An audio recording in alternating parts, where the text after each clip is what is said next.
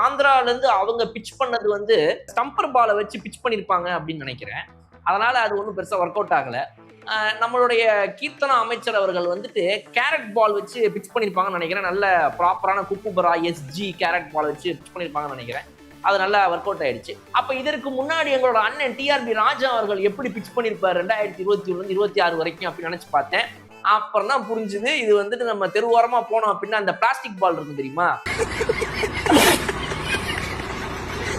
இந்த மாதிரி அமைச்சர் கீர்த்தனாவை பத்தி அன்னைக்கு பேசினவனுங்க நான் இந்த இடத்துல நல்லா ஓப்பனா சொல்றேன். தயவு செய்து சிஎம் சார் ஒரு ஹெல்ப்லைன் ஓபன் பண்ணி இவனுங்களாம் அள்ளிட்டு போயிட்டு ஏதாவது ஒரு மனநல காப்பகத்துல போட்டுருங்க. பெண்களை வளரவிடாம பண்ற இவனுங்க வேணவே வேணாம். அந்த இவர் சொல்லுவார்ல சந்திரமுகியில வந்துட்டு ஏய் அவன் நமக்கு வேணவே வேணாண்டா கும்மி அடிச்சுட்டு போயிடுவான்டா அந்த மாதிரி இவனுங்க தயவு செய்து வேணாங்க ப்ளீஸ் ப்ளீஸ். ஏதோ சரி ஒரு 59 சீட்டு ஜெயிச்சதுக்காகவும் முன்னாள் ஆட்சியில் இருந்தாங்கிறதுக்காக நீங்க டிஎம்கே பத்தி ஏதாவது பேசுவீங்கன்னு அவங்களோட நியூஸ்லாம் நான் கொஞ்சம் ப்ரிப்பேர் பண்ணிட்டு வரேன். ஆளுங்கட்சி டிவியை பத்தி பேசி ப்ரிப்பேர் பண்ணிட்டு வரேன். இதே நாங்க புதுசா ஏதோ ஒரு கட்சி வந்திருக்காங்க தமிழ்நாட்டுக்குள்ள, என்னங்க கட்சி பேர் சொல்லுங்க, என்னது? இல்ல சார், ஏடிஎம்கே. அதிமுக.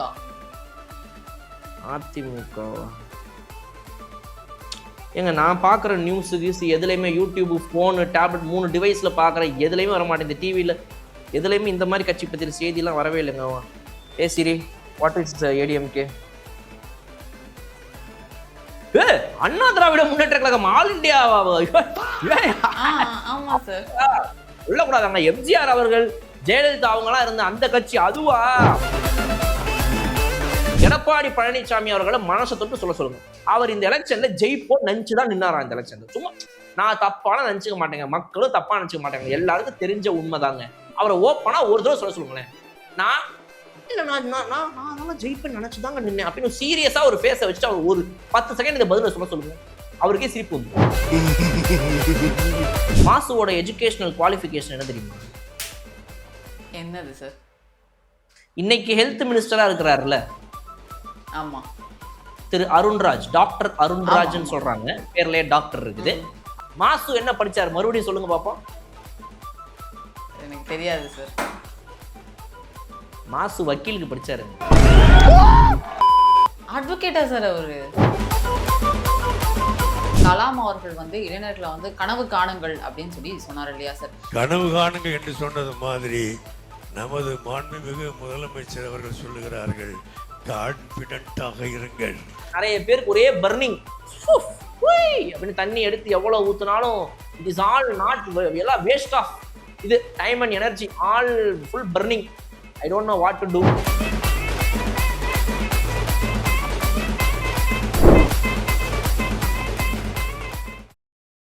நாம் நேற்று பேசியிருந்தோம் சார், வழிகாட்டுதல் தமிழ்நாடு அந்த அலுவலகத்தில் வந்து கிட்டத்தட்ட நிறைய நிறுவனங்களோட தமிழ்நாடு அரசு வந்து புரிந்துணர்வு ஒப்பந்தங்கள்லாம் கையெழுத்திடப்பட்டது அப்படின்றத பேசணும் இல்லையா? அப்போ வந்து மோட்டிவ் லிங்க் அப்படிங்கிற ஒரு நிறுவனத்தோட வந்து கையெழுத்திடப்பட்டுச்சு. இதோட பிச்சிங் வந்து கிட்டத்தட்ட இந்த தாவேக ஆட்சி ஆரம்பிக்கும் போது மினிஸ்டர் கீர்த்தனா அவர்கள் வந்து சோல் போனாங்க இல்லையா, அங்க அப்போ அந்த நிறுவனத்தை பார்த்து பிச் பண்ணியிருக்காங்க. ஆனா அதுக்கு கொஞ்ச நாள் கழிச்சு ஆந்திர பிரதேஷ்ல நரலோகேஷ் அவரும் போய் வந்து அந்த ப்ராஜெக்டை வந்து பிச் பண்ணியிருக்காரு. பட் ஆனால் 2 ப்ராஜெக்டையும் பார்த்து எந்த ப்ராஜெக்ட் நல்லா இருக்கு அப்படின்னு சொல்லிட்டு தமிழ்நாடு தான் அந்த நிறுவனம் தேர்ந்தெடுத்து நம்ம கூட புரிந்துணர்வு ஒப்பந்தம் போட்டிருக்காங்க. ஸோ நாம நேற்று பேசியிருந்தோம், பார்லிமெண்ட்ல வந்து தயாநிதி மாறனை எதிர்த்து ஆந்திர பிரதேஷ் எம்பி பேசும்போது உங்க மாநிலத்தை வந்து அவங்க நாடாம எங்க ஆந்திர பிரதேஷ்க்கு இண்டஸ்ட்ரீஸ்லாம் வருது, ஸோ கீப் டூயிங் திஸ் அப்படின்ற மாதிரி சொல்லியிருந்தார் இல்லையா? அதுக்கு பதில் இதுவா இருக்கும் அப்படின்னு நினைக்கிறேன். ஏன்னா எங்க ரொம்ப அட்ராக்டிவான விஷயங்கள்லாம் பண்ண முடியும் அப்படின்னு நினைச்சு அந்த நிறுவனம் வந்து தமிழ்நாட்டை சூஸ் பண்ணியிருக்கிறது ரொம்ப நல்ல விஷயமா இருக்கு. இது பேக் எண்ட்ல இந்த மாதிரி விஷயங்கள்லாம் நடந்திருக்கு அப்படிங்கிறத வந்து சொல்லணுன்றதுக்காக. அதான் இப்போ நீங்க வந்து இவங்க வந்து ஒரு தடவை பிச் பண்ணியிருக்காங்க, அவங்க பிச் பண்ணியிருக்காங்க ஆந்திரா சைட்ல இருந்து. அதுல கீர்த்தனா அவர்களுடைய பிச் வந்துட்டு அவங்க இன்னைக்கு ஒர்க் அவுட் ஆயிருக்குதுன்னு சொன்னீங்க. அது சொல்லும்போது எனக்கு மைண்ட்ல என்ன தோணுச்சு அப்படின்னா, எப்படி பிச் பண்ணியிருப்பாங்க அப்படின்னு சொல்லி சும்மா லைட்டா யோசிச்சு பார்த்தேன் என்னோட ஸ்டைல்ல. அப்படி பார்க்கும்போது எனக்கு என்ன புரிதல் வருது அப்படின்னா வந்து ஆந்திரால இருந்து அவங்க பிச் பண்ணது வந்து அந்த இது ஸ்டம்பர் பாலை வச்சு பிச் பண்ணியிருப்பாங்க அப்படின்னு நினைக்கிறேன். அதனால அது ஒன்றும் பெருசா ஒர்க் அவுட் ஆகல. நம்மளுடைய கீர்த்தனா அமைச்சர் அவர்கள் வந்துட்டு கேரட் பால் வச்சு பிச் பண்ணியிருப்பாங்கன்னு நினைக்கிறேன். நல்ல ப்ராப்பரான குக்குபரா எஸ்ஜி கேரட் பால் வச்சு பிச் பண்ணியிருப்பாங்கன்னு நினைக்கிறேன். அது நல்லா ஒர்க் அவுட் ஆயிடுச்சு. அப்ப இவங்கெல்லாம் இப்படி பிச் பண்றாங்களே, அப்ப இதற்கு முன்னாடி எங்களோட அண்ணன் டிஆர்பி ராஜா அவர்கள் எப்படி பிச் பண்ணிருப்பாரு 2021 இருந்து 26 வரைக்கும் அப்படின்னு நினைச்சு பார்த்தேன். அப்புறம் தான் புரிஞ்சுது இது வந்துட்டு நம்ம தெருவோரமா போனோம் அப்படின்னா அந்த பிளாஸ்டிக் பால் இருக்கும் தெரியுமா, அதை எடுத்துட்டு போய் ஆமா சார். நேரா லார்ட்ஸ் மைதானத்துல நின்னுக்கிட்டு அப்படின்னு இங்கிலாந்து பேட்ஸ்மேன் அகைன்ஸ்டா ஒரு பிளாஸ்டிக் பாலை எரிஞ்சா எப்படி இருக்கும், அந்த மாதிரி ஏதோ ஒரு பிச் இவர் பண்ணிருப்பாரு போல இருக்குது அப்படின்ற மாதிரி எனக்கு தோணுச்சு. But having set all that அதெல்லாம் நம்ம ஓரமா வச்சுட்டு வாங்க சீரியஸ் நோட். ஒரு அமைச்சர் ஒரு புதிய கட்சி ஒண்ணு ஆட்சிக்கு வந்த உடனே அவங்க அதுக்காக ரெப்ரசன்ட் பண்ணி போய் வெளிநாடுகள்ல கொரியால வந்துட்டு சோல்ல போய் அவங்க ஒரு ஒரு பிட்ச் பண்றாங்க அப்படிங்கும்போது அது அமைச்சருங்கிறத தாண்டி ஒரு பெண் அப்படிங்கிற காரணத்தினால அவங்க உடைய வச்சு கிண்டல் பண்றது, அவங்களுடைய மொழியை வச்சு கிண்டல் பண்றது, அவங்கள எப்படி எப்படி எல்லாம் பேசணும். அதாவது வந்து இவனுங்கெல்லாம் யாரு அப்படின்னா இந்த மாதிரி ஆன்லைன்ல பேசினவனுங்க யாரெல்லாம் அமைச்சர் கீர்த்தனா அவர்களை பத்தி அன்னைக்கு தவா பேசினானுங்களோ இன்னைக்கு அவனுங்க மூஞ்சியை தூக்கிட்டு போய் எங்க வச்சுப்பானுங்க, இல்ல எங்க வச்சுக்கிட்டு இருக்கானுங்க, அவனுங்க எங்க ஒளிஞ்சுக்கிட்டு இருக்கானுங்க. ஜிஜோ கண்ணா என்ன நீ 2 நாளா இந்த பக்கமே காணோம், கண்ணுக்குட்டி செல்லக்குட்டி ஜென்சி டிஎம்கே கூப்பிடுறேன் வரவே மாட்டேங்கிறானுங்க. அமைச்சர் கீர்த்தனாவை பத்தி அன்னைக்கு அவ்வளவு வீடியோ போட்டானுங்க. அவங்களுடைய உடைய வச்சும் அவங்களுடைய பேச்சை வச்சும் என்னென்ன மாதிரி இதெல்லாம். சோ அப்போ உங்களுக்கு வந்து ஒரு இவங்கெல்லாம் யாருன்னா பேசிக்கலி அவங்களோட வீட்டுல இருக்கிற பெண்களே நாளைக்கு வந்து ஒரு இடத்துக்கு முன்னேறி போறாங்க அப்படின்னா எங்க போற நீ எல்லாம் அங்கேயும் போவனா வீட்டுல உட்காரு அதான் நான் இருக்கேன்ல அப்படின்னு தடுக்கிறவனுங்க தான் இவனுங்க. ஒரு வீட்டுல இருந்து ஒரு பெண் வெளியே போனா அப்படின்னா நாளைக்கு அவளுக்கு ஒரு பிரச்சனையே வந்தா கூட ஆமா உன் பொண்ணுகிட்ட சொன்னேன் அப்படின்னு அம்மாவை பார்த்து இந்த பக்கம் திரும்பி அவகிட்ட உன் பொண்ணு எங்கத்த வந்து ட்ரெஸ்ஸை ஒழுங்கா போடுறா அவகிட்டே முதல்ல பிரச்சனை இருக்கும்போது அப்ப அவங்கிட்ட போய் ரோட்ல நான் எப்படி சண்டை போடுவேன் அப்படின்னு சொந்த தங்கச்சியவோ அக்காவையோ வந்துட்டு விட்டு கொடுத்து பேசுற இவனுங்க தான் இந்த மாதிரி ஒரு இடத்துல வந்து இவ்வளவு கேவலமான ஒரு அரசியல் பண்ற காலத்துல இருக்கிறாங்க. தயவு செய்து இவனுங்கலாம் அரசியல்ல இருந்து மட்டும் இல்ல டோட்டலா அப்புறப்படுத்தி அனுப்புங்க எங்கேயாவது ஒரு ஓரமா ஏதாவது ஒரு காப்பகத்துக்கு மனநல காப்பகத்துக்கு அனுப்பி ஒரு பெண் முன்னேறி வராங்க அப்படின்னா அதை தடுக்கிறதுக்கு இந்த மாதிரி இருக்கிற முட்டுக்கட்டைகளெல்லாம் தயவு செய்து உங்க வீட்டுல கூட வச்சுக்காதீங்க. இதுக்கு ஒரு ஹெல்ப்லைன் நம்பரை நான் வேணா சிஎம் சார் கிட்ட இந்த சிஎம் செல்ல ஒரு ரிக்வெஸ்டா வச்சு கேட்க சொல்றேன். உங்கள் வீடுகளில் இருக்கும் பெண்களின் முன்னேற்றத்தை தடுப்பதற்காக செயல்படும் இந்த ஆண் மகன்கள் உங்கள் வீட்டிலும் உள்ளார்களா, இந்த ஹெல்ப்லைனுக்கு அழையுங்கள் வந்து அள்ளிக்கொண்டு போகிறோம் அப்படின்னு சொல்லி ஒரு விஷயத்தை தயவு செய்து இந்த சிஎம் அவர்கள் பண்ணாங்கன்னா இவர்கள் நடத்துற இந்த சிங்கப்பெண் அதிரடி படையில இருந்து ஆரம்பிச்சு பல விஷயங்கள் எல்லாம் விட ரொம்ப முக்கியம் இதுதான். ஏன்னா அவங்கள உட்காந்து நம்ம எல்லாம் பண்ண முடியாதுங்க. எவ்வளவு சொன்னாலும் எப்பா உனக்கு அதான் தெரியாதுப்பா நீ சென்னையில உட்காந்து பேசிக்கிட்டு இருப்ப, எங்க ஊர்ல எப்படி என்ன எங்களுடைய பண்பாடு என்ன கலாச்சாரம் என்ன வளர்ப்பு என்ன எங்க ஊரு பழக்கம் வழக்கம் பக்கத்து வீட்டுல இவன் என்ன ஏது அதெல்லாம் 1000 விஷயம் இருக்குப்பா அதெல்லாம் உனக்கு எப்படிப்பா புரியும், நீ சென்னையில உட்காந்துட்டு யூடியூப்ல வீடியோ போட்டுட்டு இருப்ப ஊர் பக்கம் வந்து பாருப்பா அதெல்லாம் வந்து அதெல்லாம் பெண்களை வந்து நாங்க எப்படி சொல்றோம் அதுதான் அப்படிதான் அப்படின்னு சொல்லிட்டு இந்த ஊர் பெருமைக்காகவும் தற்பெருமைக்காகவும் பெண்களை வளர விடாம பண்ணிக்கிட்டு இருக்க இவனுங்க தான் இந்த மாதிரி அமைச்சர் கீர்த்தனாவை பத்தி அன்னைக்கு பேசினவனுங்க. நான் இந்த இடத்துல நல்லா ஓப்பனா சொல்றேன். அதனால தயவு செய்து சிஎம் சார் ஒரு ஹெல்ப்லைன் ஓபன் பண்ணி இவனுங்களாம் அள்ளிட்டு போயிட்டு ஏதாவது ஒரு மனநல காப்பகத்துல போட்டுருங்க. பெண்களை வளர விடாம பண்ற இவனுங்க வேணவே வேணாம். அந்த இவர் சொல்லுவார்ல சந்திரமுகியில வந்துட்டு டேய் அவன் நமக்கு வேணவே வேணாண்டா கும்மி அடிச்சுட்டு போயிடுவான்டா அந்த மாதிரி இவனுங்க தயவு செய்து வேணாங்க ப்ளீஸ் ப்ளீஸ். சொல்லுங்க அப்புறம் சார். ஏடிஎம்கேயோட ஐடி விங்கா செயல்பட்ட ஒரு நிறுவனத்துல வந்து கிட்டத்தட்ட 2-3 மாசமா ஏப்ரலுக்கு அப்புறமா சம்பளமே போடல அப்படின்னு சொல்லிட்டு ஒரு நிறுவனத்தை சேர்ந்து இந்த மாதிரி அவுட் ஆஃப் சிலபஸ் கொஸ்டின்லாம் கேட்டீங்கன்னா நான் என்னங்க பதில் சொல்லுவேன். ஏதோ சரி ஒரு 59 சீட்டு ஜெயிச்சதுக்காகவும் முன்னாள் ஆட்சியில் இருந்தாங்கிறதுக்காக நீங்க டிஎம்கே பத்தி ஏதாவது பேசுவீங்க. நான் அவங்களோட நியூஸ்லாம் நான் கொஞ்சம் ப்ரிப்பேர் பண்ணிட்டு வரேன். ஆளுங்கட்சி டிவியை பத்தி பேசி ப்ரிப்பேர் பண்ணிட்டு வரேன். இதே நாங்க புதுசா ஏதோ ஒரு கட்சி வந்திருக்காங்க தமிழ்நாட்டுக்குள்ள என்னங்க கட்சி பேர் சொல்லுங்க என்னது? இல்ல சார் ஏடிஎம்கே அதிமுக. அதிமுகவா? ஏங்க நான் பாக்குற நியூஸ் எதுலையுமே யூடியூப் போனு டேப்லெட் 3 டிவைஸ்ல பாக்குற எதுலையுமே வர மாட்டேங்குது. டிவியில எதுலையுமே இந்த மாதிரி கட்சி பத்தி செய்தி எல்லாம் வரவே இல்லைங்க. Hey Siri what is ADMK? Anna Dravida Munnetra Kazhagam all India ஆமா சார் சொல்லக்கூடாதாங்க. எம்ஜிஆர் அவர்கள் ஜெயலலிதா அவங்க எல்லாம் இருந்த அந்த கட்சி அதுவா? ஆமா ஆமா ஆமா கரெக்ட் கரெக்ட். ஏடிஎம்கே ஒரு காலத்துல இருந்துச்சு. ஆமா சொல்லுங்க சொல்லுங்க. சார் அவங்களுக்காக எலக்ஷன்ஸ்ல வந்து வேலை பார்த்துருக்காங்களா சார்? ஐடி விங் எல்லா கட்சிக்குருக்குள்ளயும் அந்த மாரி அவங்களுக்கும் இருந்திருக்கு. ஒரு நிறுவனத்த வச்சு பண்ணியிருக்காங்க. அவங்களோட எல்லாருக்குமே வந்து எம்ப்ளாயீஸ்க்குலாம் வந்து 3 மாசமா சேலரி குடுக்காம இருந்திருக்காங்க சார். அந்த சேலரி போய் கேட்டதுக்கு ஒரு 2 மாசம் கழிச்சு வரும், அடுத்த மாசம் வரும், அடுத்த மாசம் வரும்ன்ட்டு இப்ப போய் கேட்டதுக்கு 3 மாசம் கழிச்சு தான் வரும் அப்படின்ற மாரி சொல்லியிருக்காங்க. அது மட்டும் இல்லாம அவங்க வேலை பார்க்கும்போதே நெறைய அப்யூசிவ் வேர்ட்ஸ்லாம் யூஸ் பண்ணியிருக்காங்க அப்படின்னு சொல்லிட்டு அந்த பொண்ணு வீடியோல பேசுறத பார்க்க முடிஞ்சது. நாங்கள் எல்லாருமே பார்த்தீங்க அப்படின்னா மேனிகர் பிரைவேட் லிமிடெட் அப்படின்ற ஒரு கம்பெனி கீழே கார்ப்பரேட் கம்பெனி கீழே ஒர்க் பண்ணிட்டு இருந்தோம். நாங்கள் எல்லாருமே 1 இயராக வந்துட்டு ஏடிஎம்கேக்கு கீழே ஸ்ட்ராட்டஜி டீம், அதாவது கேம்பெயின் டீமாக வந்து நாங்கள் ஒர்க் பண்ணிட்டு இருக்கோம். அதாவது பிரமணியாக்கு கீழே நாங்கள் ஒர்க் பண்ணிட்டு இருக்கோம். எங்கள் எல்லாருக்குமே எலெக்ஷன் முடிஞ்சதுக்கு அப்புறம், அதாவது ஏப்ரல் மந்த் அப்புறம் மே ஜூன் மந்தோடைய சேலரி வரவே இல்லை எல்லாருக்குமே. ஸோ திரும்ப நாங்கள் வந்துட்டு ஒரு அடுத்து கொடுத்துருவோம், ஜூன் மந்தில் கொடுத்துருவோம், ஜூலை மந்தில் கொடுத்துருவோம் அப்படின்னு சொல்லிட்டு ஒவ்வொரு டேட்டா, அதாவது ஜூலை 14th ஒரு மெயில் போட்டாங்க. திரும்ப இப்போ ஒரு மெயில் வந்துட்டு இன்னும் 3 months கழிச்சு வரும் அப்படின்ற மாதிரி போட்டிருக்காங்க. ஸோ இந்த 3 மாசமா நாங்கள் வந்துட்டு பல வாட்டி பர்சனலாவோ இல்லை ஆஃபீஸ் வந்தோ கேட்டு கேட்டு எங்களுக்கே வந்துட்டு ரொம்பவே வெறுத்து போச்சு. அது மட்டும் இல்லாமல் நாங்கள் ஒர்க் பண்ணும் போதே எங்களை வந்துட்டு ரொம்ப அப்யூசிவான வேர்ட்ஸ், அதாவது என்னன்னு இல்லை எல்லா எம்ப்ளாயீஸையுமே வந்துட்டு ரொம்பவே அவங்க தகாத வார்த்தைகளை திட்டிருக்காங்க. ரொம்ப கெட்ட வார்த்தைகளை, ரொம்ப இழிவான வார்த்தைகளை பொம்பளை பசங்களை கூட, இன்க்ளூடிங் பொம்பளை பசங்களை கூட திட்டிருக்காங்க. இப்போ அது கேஸா ஃபைல் பண்ணியிருக்காங்க. அந்த மாதிரி நிறைய விஷயங்கள் போயிட்டு இருக்கு. சம்பள பாக்கி இருக்கு. நாங்க எவ்வளவு கேட்டும் தர மாட்டேங்கிறாங்க. அவங்க ஃபோன் எல்லாம் கூட புடுங்கி வச்சுக்கிறாங்க அப்பப்போ அப்படின்ற மாதிரிலாம் சொல்றாங்க சார். வீடியோ போட்டிருக்காங்க. நான் இந்த விஷயத்துக்கு சீரியஸா ஒரு பதில் சொல்றேன். பட் அதுக்கு முன்னாடி இதை மட்டும் கொஞ்சம் கேட்டுக்கிறேன், ஒரே ஒரு நிமிஷம்.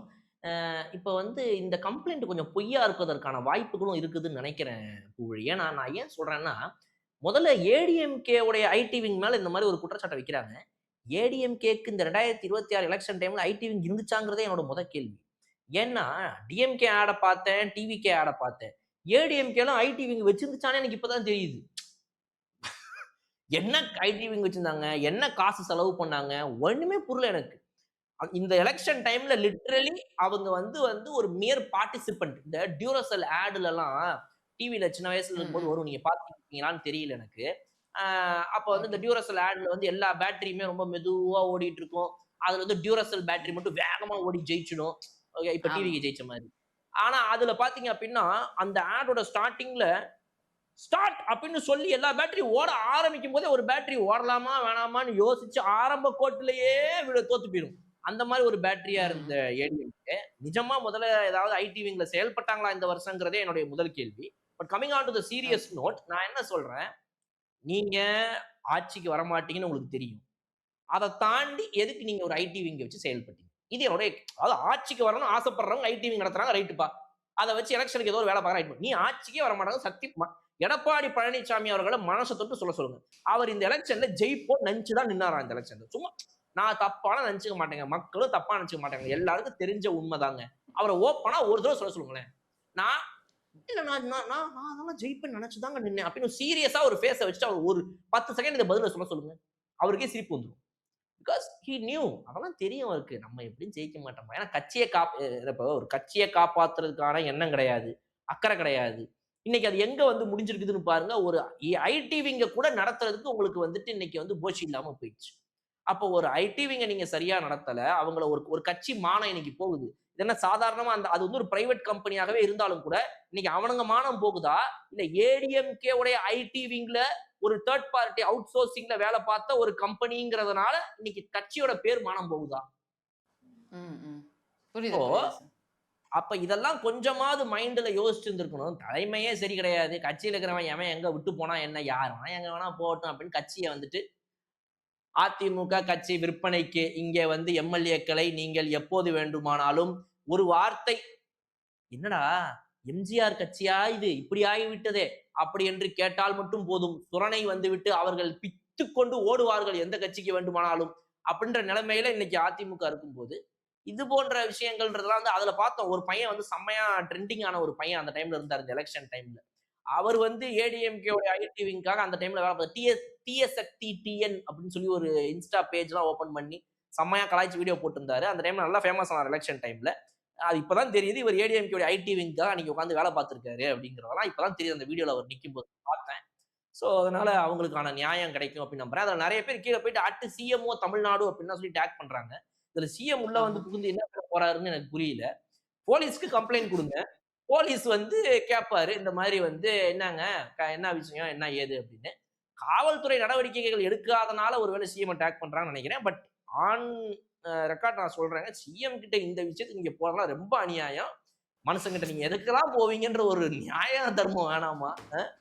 ஒரு ஐடி ஏடிஎம்கே ஐடிவிங்கு அவங்க கட்சிக்கு எதிராக தான் வேலை பார்த்துருப்பாங்க.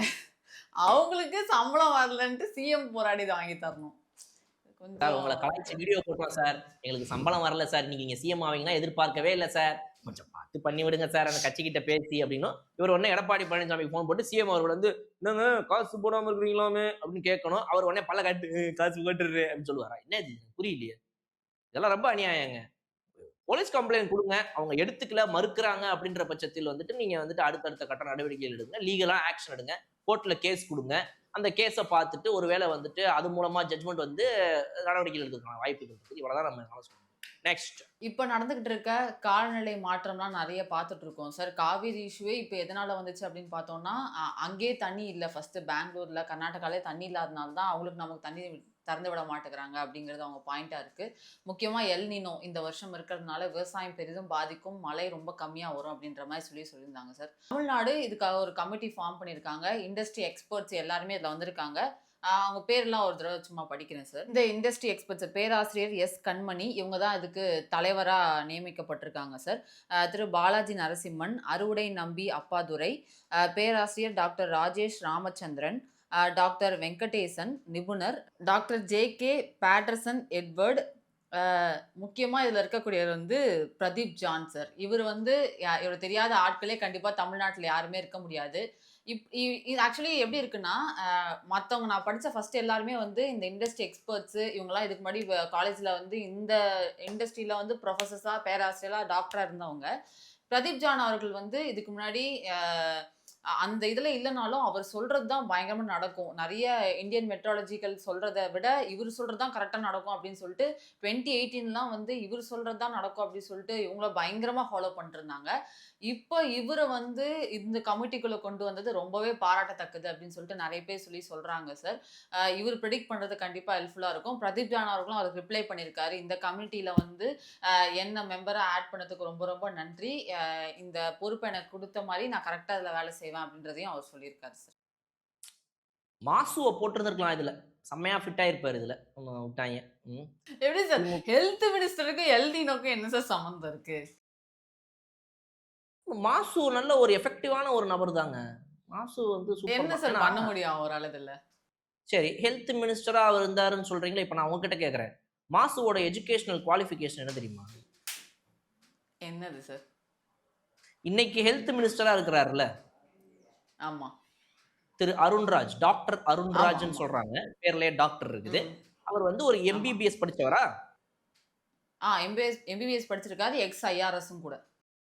ரைட். எம்பிபிஎஸ் படிச்சாரு, பிராக்டிஸ் பண்ணாரு. அதுக்கெல்லாம் அப்புறமா கொஞ்ச நாள் கழிச்சு சர்வீஸ்ல தான் ரொம்ப இன்ட்ரெஸ்ட் இருக்குது அப்படின்றனால வந்துட்டு அப்புறம் ஐஆர்எஸ் சர்வீஸ்க்கு வந்தார். சரி ஓகே. அவர் இன்னைக்கு வந்து எம்பிபிஎஸ் படிச்ச ஒரு நபர் வந்து இந்த ஹெல்த் இண்டஸ்ட்ரியில இருக்கிறாரு. சரி ஓகே. ஹெல்த் டிபார்ட்மெண்ட் ரொம்ப முக்கியமானது. ஒரு நாட்டுக்கு வந்துட்டு தங்கும் வீடுல இருந்து நம்மளுடைய உடுத்தும் உடையிலிருந்து எவ்வளவு முக்கியமோ அதை விட ரொம்ப முக்கியம் இந்த உடல்ல உள்ள இருக்கக்கூடிய அந்த உயிரும் நம்மளை சுற்றி இருக்கக்கூடிய நம்ம உடல் அமைப்புகளும் எல்லாத்துலயும் கூட அந்த ஒரு ஹெல்த் இதுன்றது ரொம்ப முக்கியம் இல்லையா? அதுக்கு நீங்க வந்து ஒரு எம்பிபிஎஸ் படிச்ச ஒருத்தரை போட்டனால இன்னைக்கு அந்த துறையில யாரோ ஒருத்தர் ஏதோ ஒன்று சொல்றாங்கன்னா கூட அந்த மெடிக்கல் டேர்ம்ஸ் எல்லாம் புரியணும்.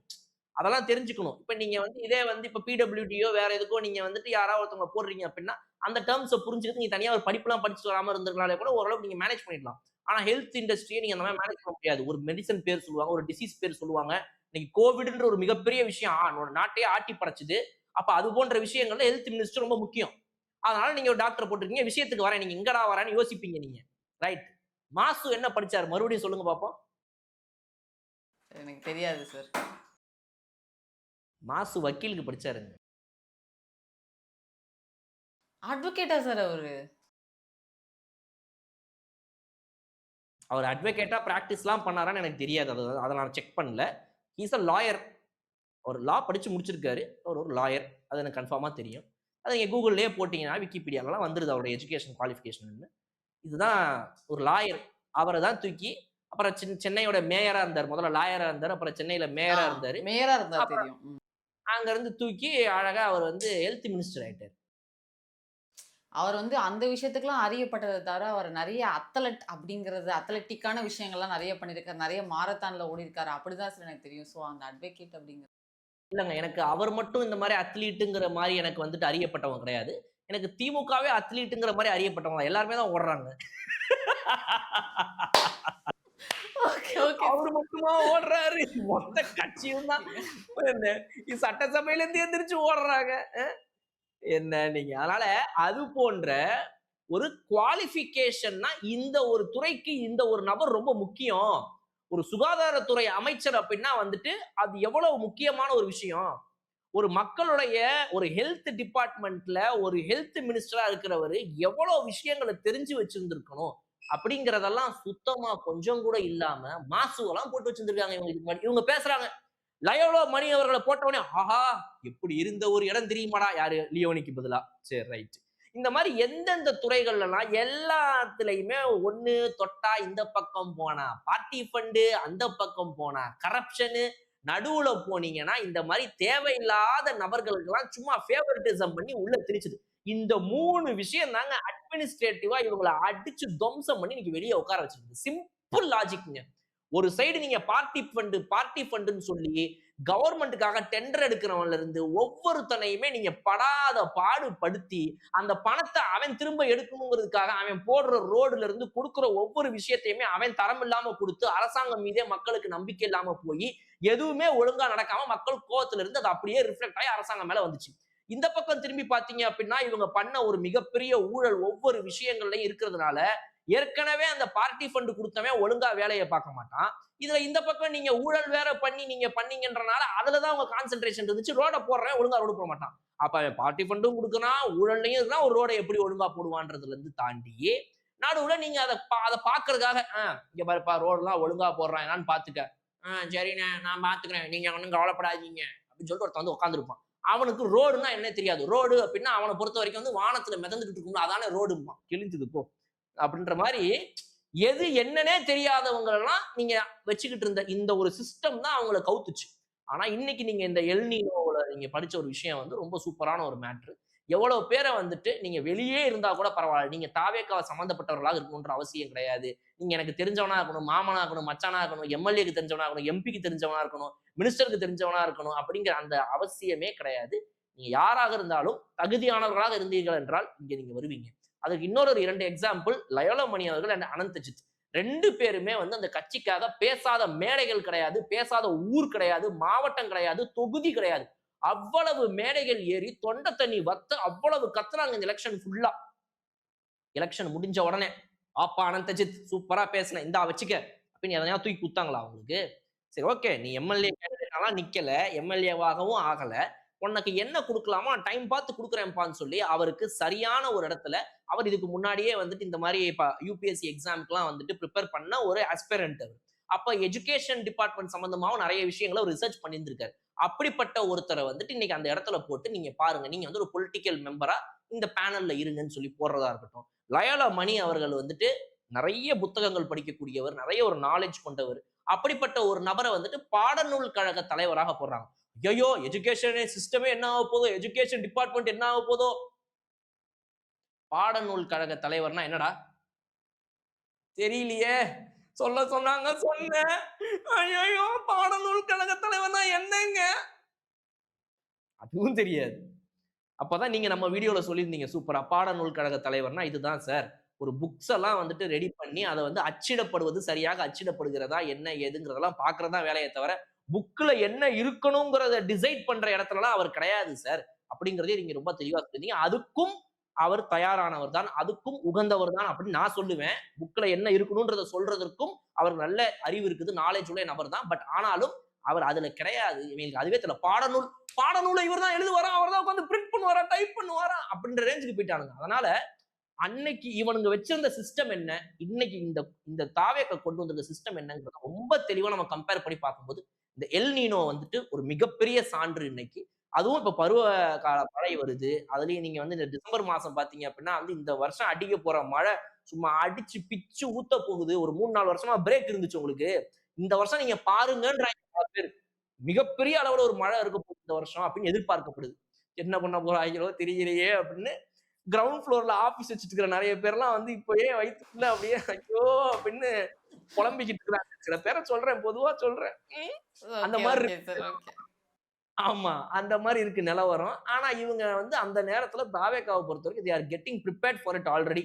இன்னொரு ஒரு 5 ம். மாத காலத்துல இத நம்ம எப்படியெல்லாம் சரி செய்ய முடியும்?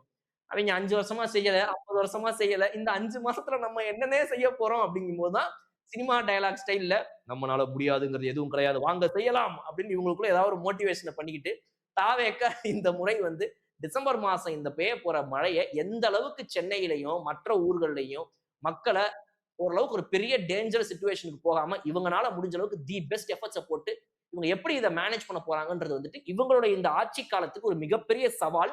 யாருமே வந்துட்டு இதுக்கு முன்னாடி நடந்ததுனால இப்படி இருக்குதுன்றதெல்லாம் ஒத்துக்க மாட்டாங்க அந்த நேரத்துல. மக்கள் மிகப்பெரிய லெவல்ல கோவப்படுவாங்க. அவங்களுக்கு எதுவும் நடக்கலன்னு தான் யோசிப்பாங்களே தவிர, இல்ல இது 50 வருஷமா பண்ணாத விஷயம்லாம் யாரும் யோசிக்க மாட்டாங்க. ரோடு இதுக்கு முன்னாடி போட்ட ரோடு, இதுக்கு முன்னாடி இருந்த ட்ரைனேஜ் சிஸ்டம், இதுக்கு முன்னாடி இருந்த எல்லாமே தான் இப்ப இருக்க போகுது. பட் அதுல இவங்கனால என்ன புதுசா பண்ண முடியும்? What plans they can do, what preventive measures they can do அப்படின்றது எல்லாத்தையுமே இவங்க கையில இருக்குது.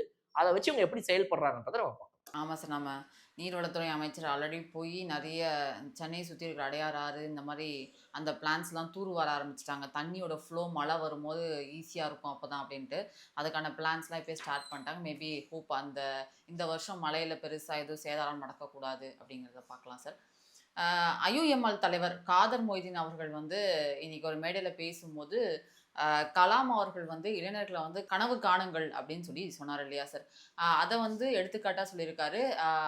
அப்படிப்பட்ட உயர்ந்த அறிவாளி, மிகச்சிறந்த அறிவாளி. அவர் சொன்னதுதான் கனவு காணுங்கள், இந்திய நாட்டு மக்களே, இளைஞர்களே கனவு காணுங்கள் என்று சொன்னார். கலாம் அவர்கள் அப்படி சொன்னாரு.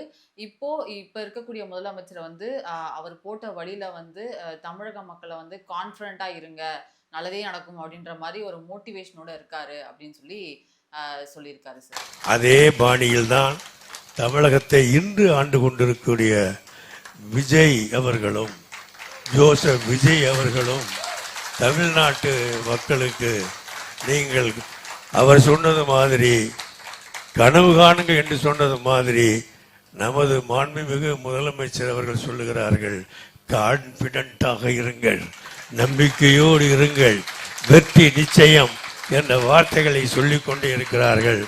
ஆக இது அப்துல் கலாம் கொடுத்த வரம், அந்த பாணி, அவர் போட்ட பாதை, அந்த பாதைகளை தமிழகம் நடப்பதை கண்டு நாமும் பெருமைப்படுகிறோம். மொய்தீனும் இந்த பக்கம்லாம் அப்படி கிளம்பி வந்துட்டாருன்னா என்ன பண்றது? திமுக நிலைமை யோசிச்சு பாருங்க. ஆல்ரெடி அவங்களுடைய கான்பிடன்ஸே வந்துட்டு ஒன்னே ஒண்ணுதான், விசிகெல்லாம் வெளியே வந்துருமாப்ல, ஐயுஎம் எல்லாம் சப்போர்ட் பண்ணாது, சிபிஎம் சிபிஐ எல்லாம் நம்ம பக்கம் தான் இருக்கிறாங்க, சும்மா போயிருக்கிறாங்க, அவ்வளவுதான். என்ன கொஞ்சம் ஓவரா பேசிட்டோம், விசிகே காண்டுல இருக்கிறாங்க, பட் அதெல்லாம் பரவாயில்ல, திரும்ப நம்ம பேசி சரி பண்ணிடலாம், ஐயுஎம் எல்லாம் டைம் பார்த்து வெளியே வந்துட்டாங்கன்னா வேற லெவல் மாப்ள அப்படின்னு ஒரு மனக்கோட்டையிலேயே உக்காந்துட்டு இருக்கிற அவங்களுக்கு கொஞ்சம் ப்ராப்ளமா தான் இருக்கும். நீங்க ரீசென்ட் டைம்ஸ்ல பாத்தீங்க அப்படின்னா டிவிக்கோட ஆக்டிவிட்டீஸே நீங்க பாத்தீங்கன்னா, இந்த ஒரு தியரிய மக்கள் மைண்ட்லயும் பிரேக் பண்ணும் வகையில சில மேடைகள்ல எல்லாம் வந்து they are sharing the space.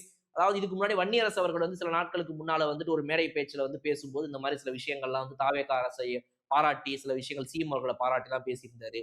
இப்ப இன்னைக்கு வந்துட்டு மொய்தீன் அவர்கள் பேசியிருக்காரு. சோ இது போல உள்ள இருக்கக்கூடியவர்கள்லாம் வந்துட்டு நிறைய இடங்கள்ல வந்து தாவேகாவுக்கு ஆதரவு தெரிவிச்சு இந்த மாதிரி பேசும்போது அவங்கள வாழ்த்தி, புகழ்ந்து, பாராட்டி அவங்கள பேசும்போது நிறைய பேருக்கு ஒரே பர்னிங் அப்படின்னு தண்ணி எடுத்து எவ்வளவு ஊத்துனாலும் இட் இஸ் ஆல் நாட், எல்லாம் வேஸ்ட் ஆஃப் இது time and energy, all full burning, I don't know what to do அப்படின்ற மாதிரி சிச்சுவேஷன்ல இருக்கிறாங்க அவங்க. ஸோ அதனால வந்து அவங்களுக்குலாம் இந்த செய்தியை போய் சேர்க்காத மாதிரி பாத்துக்கங்க. They should not watch all these videos. எனக்கு வந்து ரொம்ப வருத்தமா வேற ஒன்று மற்றபடி அதை மட்டும் பாத்துக்கங்க சார். வேற சில முக்கியமான விஷயங்களை அடுத்தடுத்த வீடியோ டிஸ்கஸ் பண்ணலாம் சார். தேங்க்யூ.